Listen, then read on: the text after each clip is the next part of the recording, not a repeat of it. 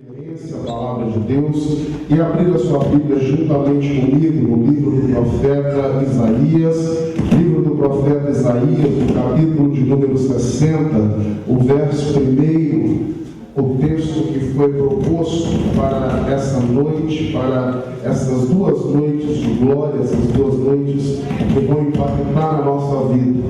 Eu fico feliz não apenas pelo convite, mas também pelo tema que foi proposto, aquilo que Deus tem ministrado no coração desses homens de Deus, porque nós vemos um tempo em que as pessoas buscam casa própria, carro novo, é a chave disso, é a chave daquilo, mas Deus tem sempre um remanescente, alguém que ainda guarda o seu coração no Senhor, alguém que ainda busca as coisas de Deus, e eu fiquei muito feliz por este tema. Eu trago também um abraço do nosso pastor Henrique Abreu, conjuntamente com a sua esposa, pastora Ana Paula, ali da Assembleia de Deus Ágape, em Long Island, New York, e também da minha esposa, a missionária Tatiane, que está lá intercedendo para que Deus venha ministrar aos nossos corações. Os que têm Isaías, capítulo de número 60, verso 1, queira por gentileza dizer amém. Amém. E assim está escrito: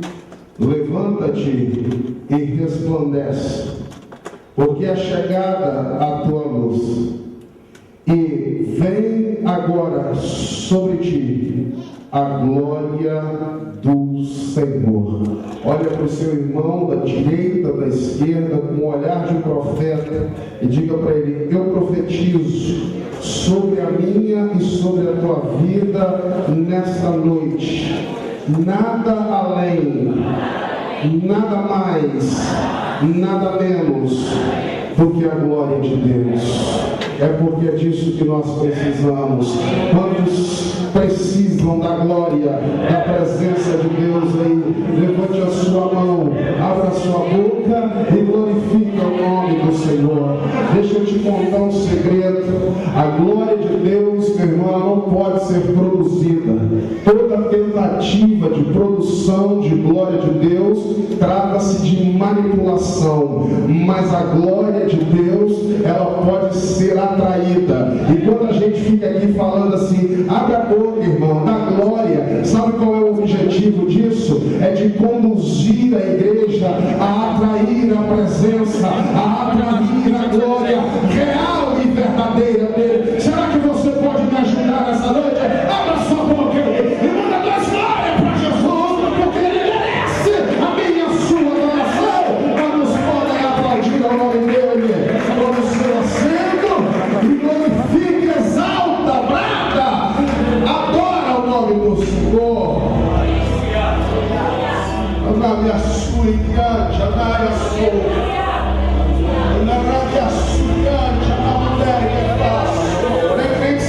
A glória dele aqui. Já tem crente começando a sentir um negócio diferente.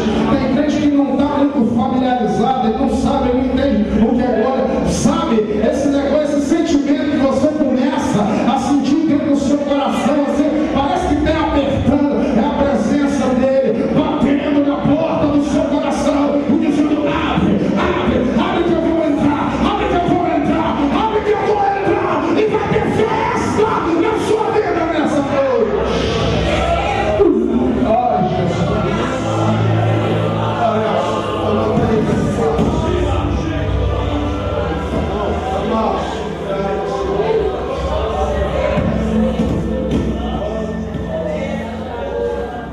O livro do profeta Isaías,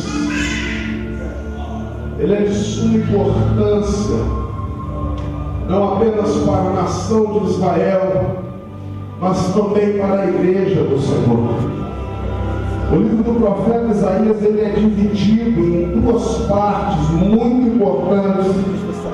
Do capítulo 1 até o capítulo 40 do livro de Isaías, nós vamos ver Deus trazendo ao povo, tentando conscientizar o povo do juízo que haveria de passar sobre a nação, por causa da sua posição apóstata, por causa dos seus pecados, por causa da sua frieza, porque a nação de Israel, apesar de ser o povo eleito, o povo escolhido, eles tinham dificuldade em lidar nossa posição muito semelhante com a igreja. A igreja tem dificuldade em lidar com a posição de noiva e de vez em quando ela dá uma distraída. Eu não sei se você já observou, meu irmão e minha irmã, quando uma noiva entra na igreja, a noiva ela não olha para a direita, ela não olha para a esquerda, ela não olha para quem veio ou para quem não veio. Quando uma noiva está entrando dentro da igreja para tomar por esposo aquele noivo que está lá na frente esperando, ela não olha para um lado, não olha para o outro, ela só tem olhos para o noivo, ela só tem olhos para o objetivo dela. E é incrível como a noiva do Cordeiro, a igreja do Senhor, muitas das vezes ela está assim, como uma noiva, mas que está distraída, olhando para a esquerda, olhando para cima, olhando para tantos lados, quando na verdade ela devia estar olhando para o noivo, para o Senhor, para aquele que morreu por ela, para aquele que vai lhe dar vitória, para aquele que está esperando para encontrar com ela. E ele está vindo. A partir do capítulo 40 até o capítulo 60 do livro de Isaías, vai se dar um período que nós vamos chamar de as consolações de Israel. É quando Deus começa a ministrar ao povo, é quando Deus começa a deixar registrado para que fosse ministrado à igreja, que Deus haveria de nos consolar, que Deus haveria de nos restaurar, que Deus haveria de estabelecer o seu reino sobre a face desta terra, através do seu povo, através da sua igreja. E o Espírito de Deus então faz a sua voz ecoar dentro da nação, através da vida do profeta Isaías. E a ordem de Deus é bem clara e bem objetiva. A ordem de Deus é: levanta-te, levanta-te, se coloca na posição, levanta-te, toma uma postura espiritual, porque um tempo de glória está vindo. A glória do Senhor está vindo sobre ti.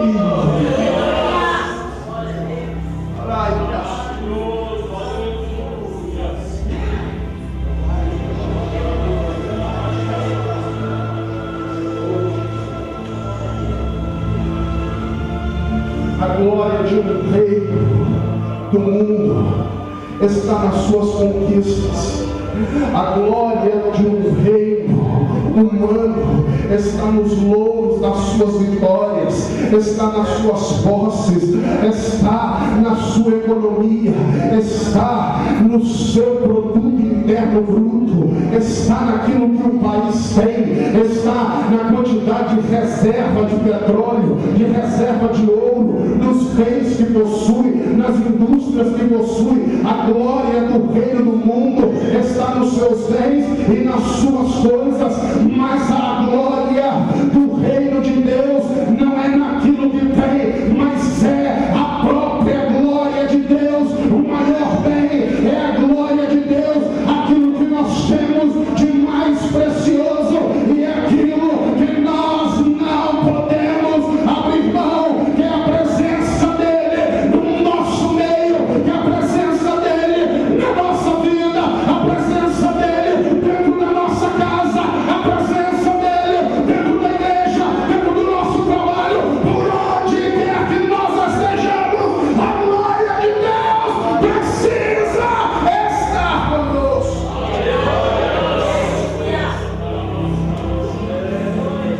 A glória de Deus faz por nós aquilo que ninguém pode fazer.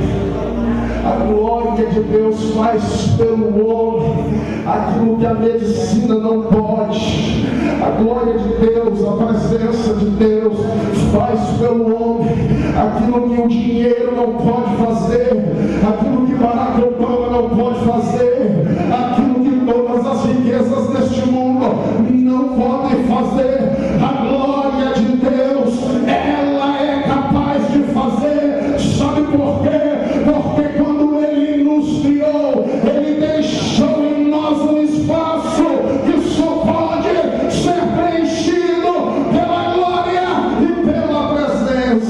dele. Quando o homem cai lá dentro do Éden, a presença de Deus vai se manifestar, a glória de Deus vai se manifestar. Deus aparece, Ele desce como Ele fazia sempre na viração do dia, mas naquele momento a manifestação da presença de Deus, ela vai causar um efeito diferente. Deus baixa 3 decretos dentro do Éden, 3 decretos que mudaram o curso da história da minha e da sua vida.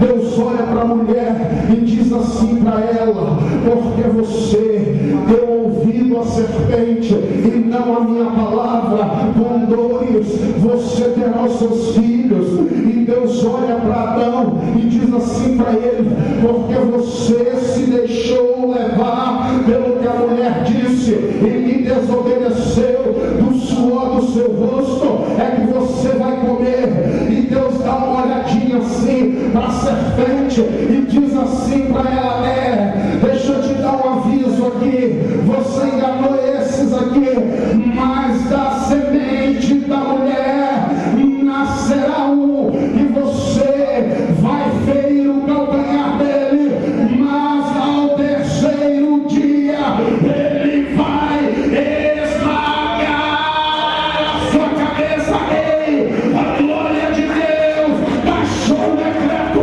ainda lá dentro do Éden, que livrou a minha e a sua vida do inferno. Por isso que quando Paulo escreve a sua carta aos Romanos, ele inaugura o capítulo de número 8 dizendo: agora pois nenhuma condenação há para aqueles que estão em Cristo Jesus. Quantos podem glorificar aquele que nos livrou do inferno? Eu não sei se você tem consciência disso, mas pela queda de Adão, o destino de toda a humanidade seria o inferno, mas a glória de Deus em Cristo Jesus mudou a nossa história. Se você não tiver condição de adorar a Ele por isso, eu não sei por o que você vai adorar.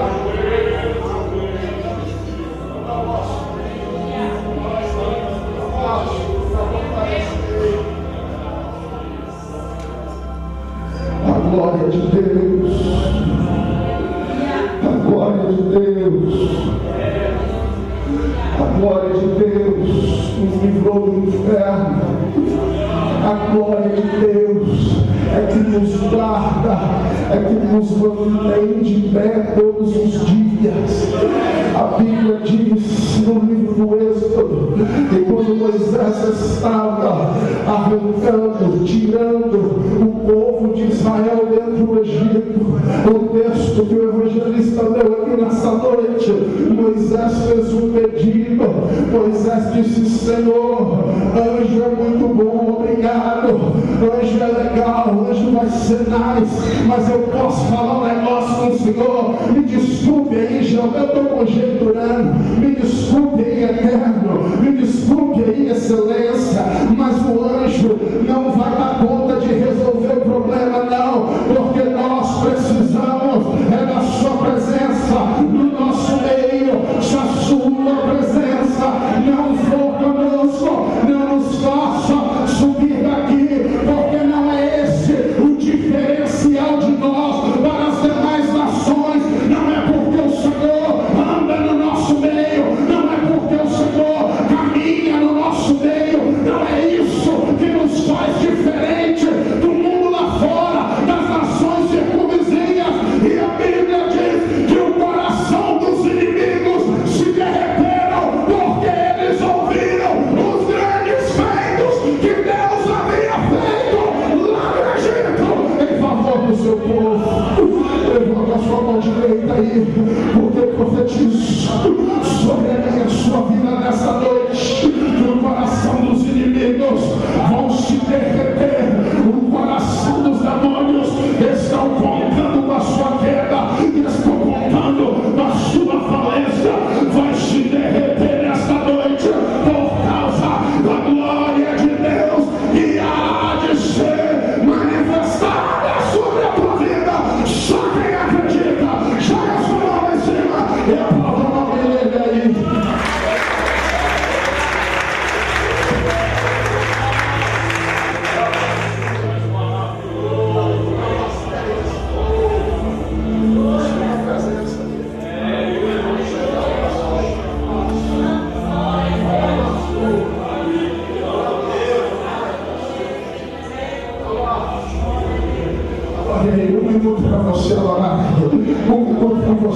aí a glória dele.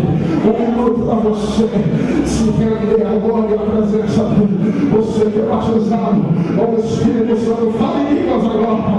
Você que ainda não é, eu profetizo que o vento do Espírito vai soprar na tua vida nessa noite. Eu profetizo que Jesus vai te pegar aqui hoje. Pega ele, Jesus! Pega ele aqui hoje.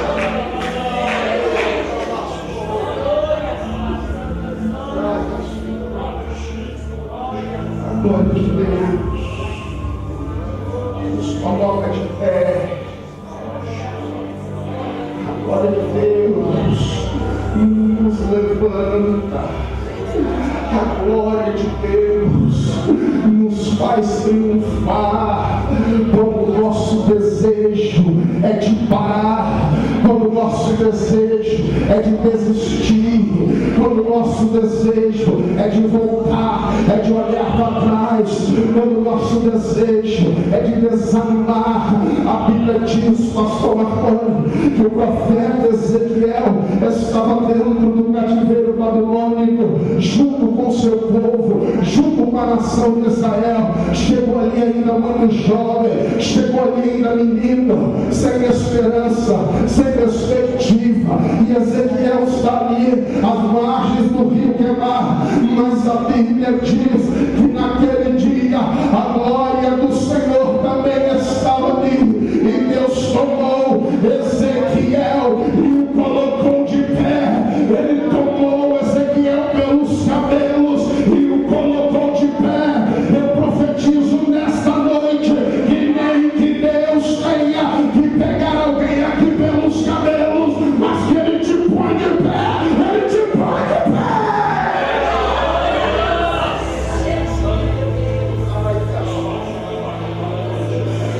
Porque Deus precisava colocar Ezequiel de pé, porque lá no capítulo 37 tinha um vale de ossos secos, e Ezequiel ia precisar profetizar para ele. Sabe por que Deus quer te colocar de pé? Porque tem vidas lá fora, porque tem vidas dentro da sua casa, dentro da sua família, no seu trabalho, nas ruas desta cidade e das cidades adjacentes, que estão como um grande vale de ossos secos. Mas Deus quer usar a minha e a sua vida para profetizar e transformar este vale em um poderoso exército para a glória de Deus. Só quem aceita o desafio aí, levanta a sua mão e glorifica o nome de Jesus.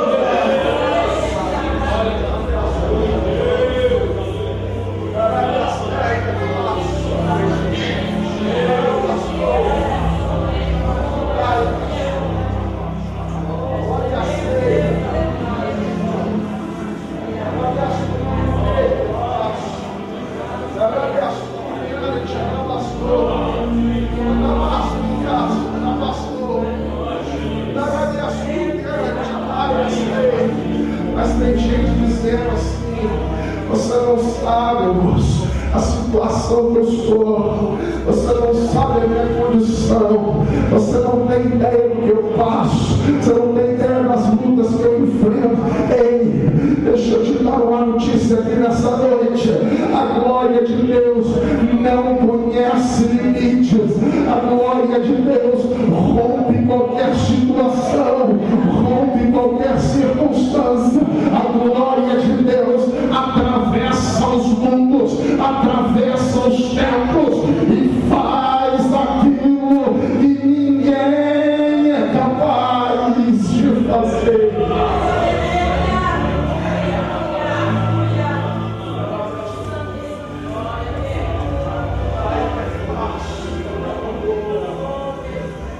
Quando nós olhamos na nossa Bíblia, o livro do profeta Malaquias, o Evangelho de Mateus, é só virar página. Mas dentro da cronologia bíblica, do livro do profeta Malaquias até o Evangelho de Mateus, são mais de 400 anos, num período chamado intertestamentário, ou período das trevas, período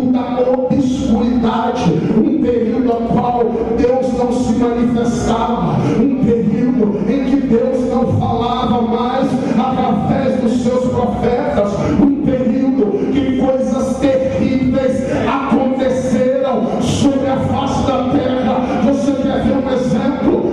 Ruth vendeu o primeiro escravo. Nesse período a escravidão surgiu. Nesse período, no período das trevas, porque a minha Bíblia diz que faltando, não havendo profecia, o povo se corrompe. E nesse período coisas terríveis aconteceram sobre a face da terra. E quando já não havia mais esperança, quando o politeísmo tomava conta do mundo, lá no deserto vai surgir um homem, alguém olhou e disse: o que é isso? Esse homem veste uma roupa esquisita, essa roupa não é roupa da moda, pele de carneiro. Esse homem come um negócio esquisito, mel silvestre, o que é isso?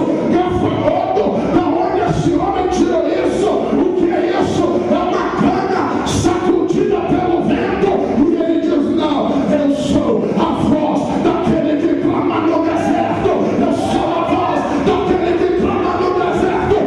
Endireitai os vossos caminhos, porque depois de mim está chegando um aí que vem antes de eu, porque eu, na verdade, vos batizo com água, mas ele vai nos batizar no Espírito e no fogo.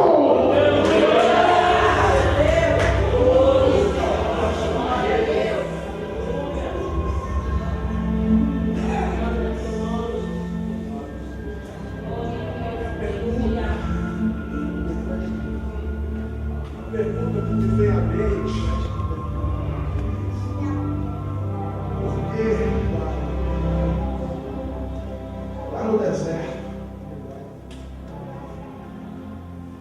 Por que lá no deserto? Por que com João Batista?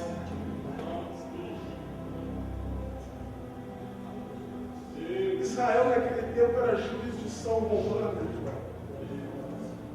Herodes, numa atacada política, reconstruiu o templo, restabeleceu o sacerdócio aos judeus e permitiu que a sua religião fosse ensinada. Anás e Caifás, os sumos sacerdotes daquele tempo, ofereciam sacrifício a Deus pelo povo. A religião estava estabelecida, estava funcionando. E por que é que a glória de Deus não se manifesta lá naquele tempo, mas ela vai se manifestar lá no deserto? Quando Jesus morre lá na cruz do Calvário, ele responde esta pergunta. Porque quando ele morre, a Bíblia diz que o véu foi rasgado de alto a baixo. Um véu que foi colocado entre o lugar santo dos santos. Ali foi colocado um véu, e a gente costuma usar aquela expressão, dizendo: irmãos, o véu já foi rasgado, o acesso está livre, aleluia. Mas existe uma outra explicação: por que é que aquele véu se rasgou? Porque o símbolo maior da glória de Deus não estava lá dentro. O Santo dos Santos estava vazio há muitos anos, porque a arca, ela sumiu da história quando Nabucodonosor invade e destrói Israel e leva o povo cativo. A arca da aliança, o símbolo da glória de Deus, some da história, mas os sacerdotes, eles continuam exercendo a religiosidade como se estivesse tudo bem, mas na verdade não estava nada bem. É por isso que a Bíblia diz que tinha uma filha de Abraão que entrava todos os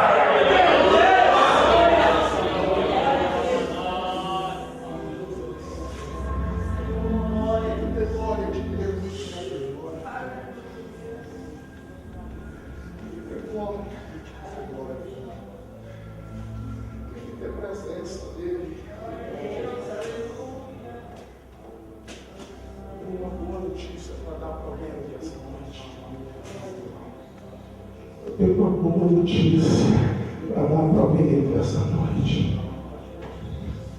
Você e eu não precisamos mais. Nós não precisamos mais nos contentar com uma religiosidade vazia. Nós não precisamos mais nos contentar com ter nome de templo do Espírito, mas não ter presença, porque lá em Atos dos Apóstolos, capítulo número 2, a Bíblia diz que quando eles estavam reunidos no mesmo lugar, um vento veemente e impetuoso veio. A promessa que fora feita ainda no livro de Joel se cumpriu, e ele agora já derramou sobre toda a carne, sobre os velhos, os jovens, sobre homens, sobre mulheres, sobre livres, sobre todos aqueles que desejarem.